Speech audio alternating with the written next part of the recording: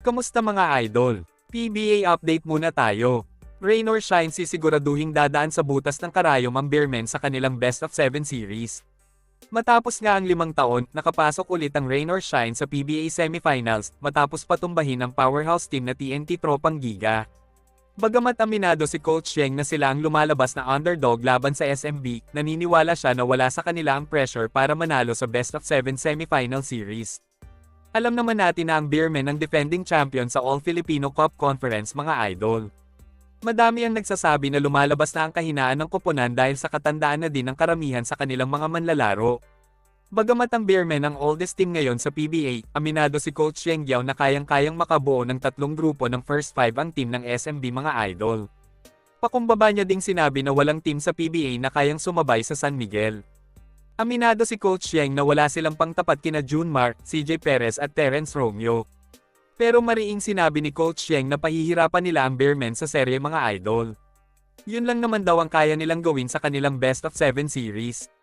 Kung manalo daw, edi manalo.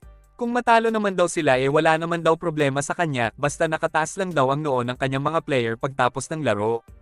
Gusto ni Coach Yeng na maramdaman ng Bearmen ang labis na pressure.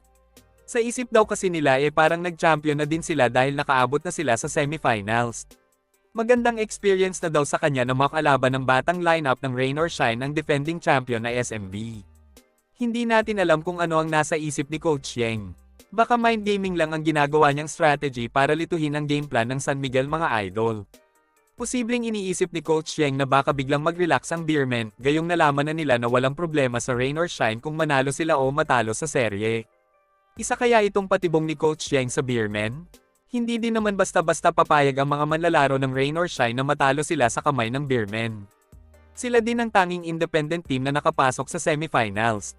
Kaya naman panigurado na gutom na manalo sa serye ang Elasto Painters, at kung papalarin makatikim na din ng ikalawang kampyonato sa PBA. Di hamak kasi na mas bata ang mga player ng Elasto Painters kumpara sa Bearmen. Panigurado na papaguri ng ROS ang SMB dahil running game ang laro nila mga idol. Magkakaroon naman ng malaking adjustment dito ang SMB dahil medyo mabagal na din maglaro si Junmar at hindi na makasabay sa takbuhan. Ano sa tingin nyo mga idol?